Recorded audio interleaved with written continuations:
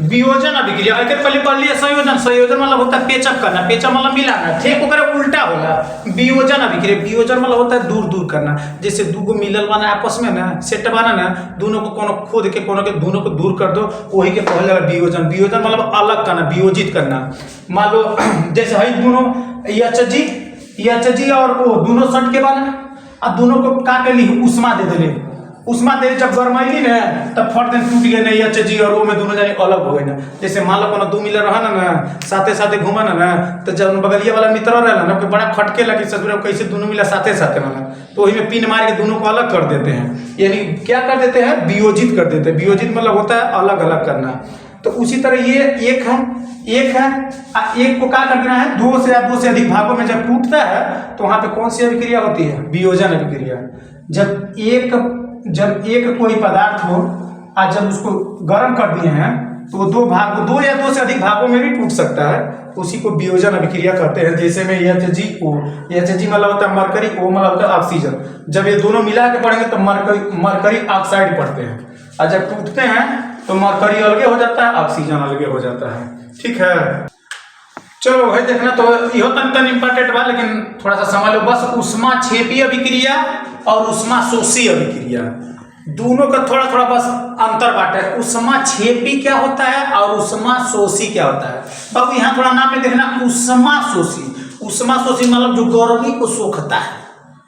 कोई पूछेगा उष्मा शोषी अभिक्रिया किसे कहते हैं, कहते हैं ऐसी अभिक्रिया जो उष्मा को सोखता है। शोषी बा ना, शोषी मतलब होता है सोखना, तो जो उष्मा को सोखता है उष्मा शोषी अभिक्रिया कहलाता है। ठीक इसके उल्टा बोल रहा कि जो उष्मा को नहीं सोखता है यानी उष्मा बाहर निकालता है उसको कहते हैं उष्मा क्षेपी अभिक्रिया। दोनों में अंतर समझ में आ गया। है उष्मा शोषी है यानी उष्मा को सोखेगा, है उष्मा क्षेपी है तो उष्मा को बाहर निकालेगा। समझ में आ गया थ्योरी। अब थ्योरी के बाद एग्जाम्पल देखना है। एग्जाम्पल इसका है उष्मा शोषी है CH4 को हम लोग मेथन कहते हैं। अब मेथन को ऑक्सीजन के साथ जब क्रिया करेली है क्वेश्चन में जी लिखा रहता है, लड़का सोचता है जी का मतलब क्या होता है। जी का मतलब कुछ और नहीं होता है, अभी गैस होता है। बता रहे हैं कि जो मेथेन है वो गैस के रूप में है और जो ऑक्सीजन है वो गैस के रूप में, और कुछ नहीं होता है। इसका विशेष अंतर नहीं होता है, इससे कुछ लेना देना नहीं रहता है। बस CH4 को मेथन कहते हैं और वो मतलब O2 मतलब होता है ऑक्सीजन। इन दोनों का जब अभिक्रिया करेली है तो CO2 यानी C मतलब होता है कार्बन, O मतलब होता है ऑक्सीजन, दो मतलब होता है डाई, तीनों को मिला पढ़ेंगे तो कार्बन डाई ऑक्साइड, और यहाँ पे H2O जल, और यहाँ उष्मा बाहर निकाला है। उष्मा का किया है, बाहर निकाला। ठीक उष्मा शोषी का उदाहरण ही है, नाइट्रोजन और ऑक्सीजन को लेकर आपस में क्रिया करें तो नाइट्रस ऑक्साइड बना है या NO2 बना है। और उष्मा को क्या किया है, थोड़ा सोखा है, उष्मा को सोखा, इसका मतलब होता है उष्मा को सोखा। जो उष्मा सोखता है वो उष्मा शोषी होता है, जो उष्मा बाहर निकालता है उष्मा क्षेपी होता है। ठीक है बाबू वही देखना, जैसे हम लोग बार बार रेडॉक्स अभिक्रिया कहते हैं। रेडॉक्स अभिक्रिया पढ़ने से पहले थोड़ा सा आपको जानना पड़ेगा कि अपचयन किसे कहते हैं और उपचयन किसे कहते हैं। जो अपना अपचयन होता है उसी को ऑक्सीकारक भी कहते हैं, और जो अपना उपचयन होता है उसको ऑक्सीकरण भी कहते हैं। एक को समझो बाकी दूसरा ऑटोमेटिक आ जाएगा। कोई पूछेगा अपचयन अभिक्रिया किसे कहते हैं तो कह दिया वो मतलब होता है बाबू ऑक्सीजन। वो मतलब क्या होता है, ऑक्सीजन होता है, ऑक्सीजन। ठीक है, H मतलब होता है हाइड्रोजन, तक देखिए अब हिंदी ताराश्री हो जाए। ठीक है, तो उसे नाराज ना हो। ओ मतलब होता है ऑक्सीजन, H मतलब होता है हाइड्रोजन। मात्र 1 सेकंड में समझ जाओगे कि अपचयन किसे कहते हैं, अपचयन अभिक्रिया किसे कहते हैं। कहते हैं ऐसा अभिक्रिया जिसमें ऑक्सीजन की कमी होती है, तीर नीचे मरने वाली मतलब ये होता है कि कमी होती है, और हाइड्रोजन की वृद्धि होती है। या अपचयन में तो अधिकतम ऑक्सीजन कम ही होगा, ऑक्सीजन क्या होगा, कमी होता है। ठीक है, इसके ठीक उल्टा अगर बताओगे तो तुम उपचयन में जाओगे, यानी इसमें क्या होगा, ऑक्सीजन की वृद्धि होती है, इसमें ऑक्सीजन की कमी, हाइड्रोजन की वृद्धि, इसमें हाइड्रोजन की वृद्धि ऑक्सीजन के वृद्धि, हाइड्रोजन के कमी होता है। बस यही होता है। उपचयन में क्या होता है, ऑक्सीजन की कमी होती है, हाइड्रोजन की वृद्धि, और इसमें क्या होता है, ऑक्सीजन की वृद्धि और हाइड्रोजन के कमी। या इन दोनों में से कोई एक चीज तो आपको मिलेगा ही मिलेगा। जैसे भी 1 मिनट रुकिएगा, बता रहे हैं। ठीक है, रुकिए देखना। जैसे मैं कोई पहले उदाहरण बताऊं, तो देखो इसको कहते हैं सी मतलब होता है कापर, सी मतलब कहता है कापर, ओ मतलब ऑक्सीजन, दोनों को जब मिलकर पढ़ते हैं तो कापर ऑक्साइड बनाते हैं। ठीक है, कापर ऑक्साइड को हाइड्रोजन के साथ जब क्रिया कराएं, हमको बस अपचयन और उपचयन समझना है। तो क्या होता है कि इसमें अपचयन में क्या होगा, ऑक्सीजन की कमी होगी, ऑक्सीजन का क्या होगा, कमी। तो देखो ऑक्सीजन पहले इसके साथ है ना, कपड़ा के साथ ऑक्सीजन है ना, यहाँ देखो कपड़ा से ऑक्सीजन हट गया है, यानी ऑक्सीजन की कमी हो गई कि ना।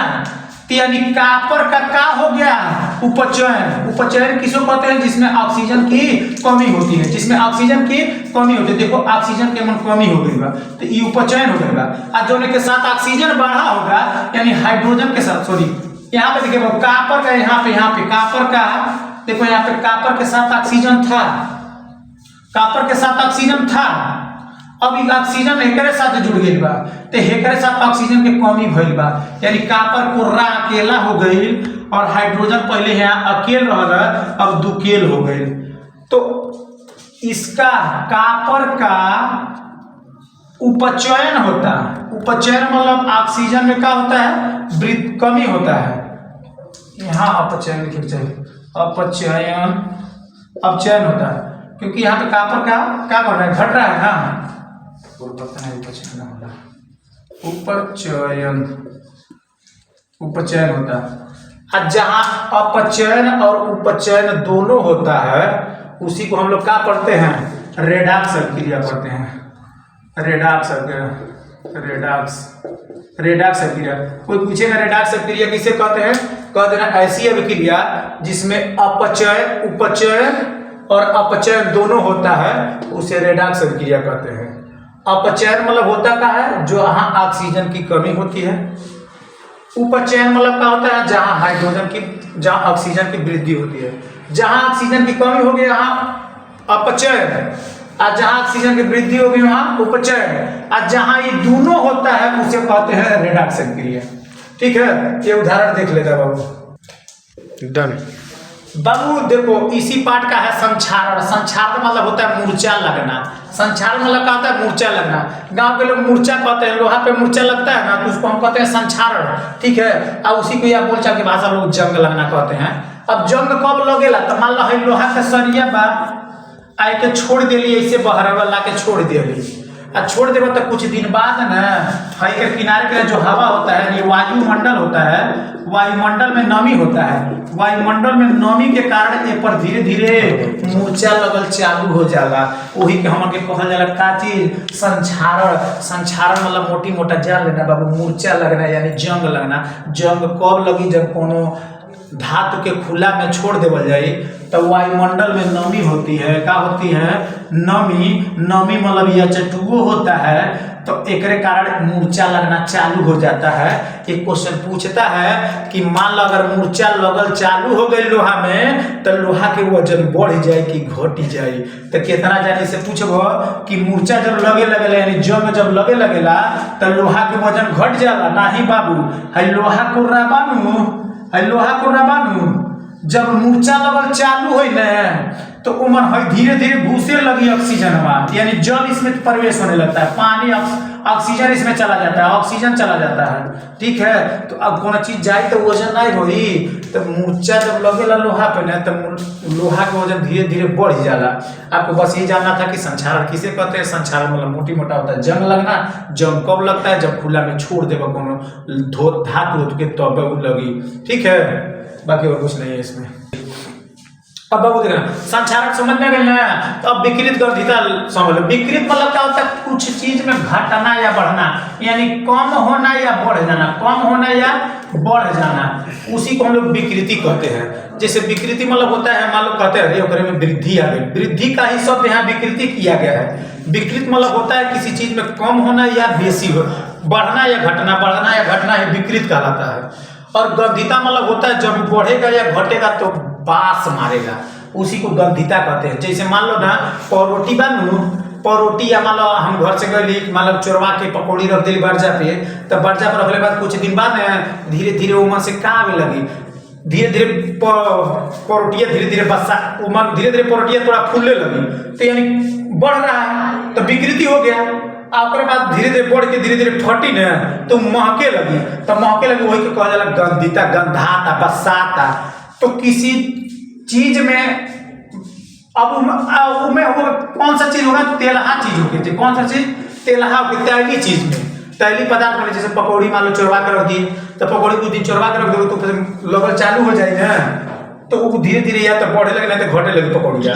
आ जब बढ़ी या घटी तो वो बास मारी, तो बास मारी हुई के गंधिता करते हैं।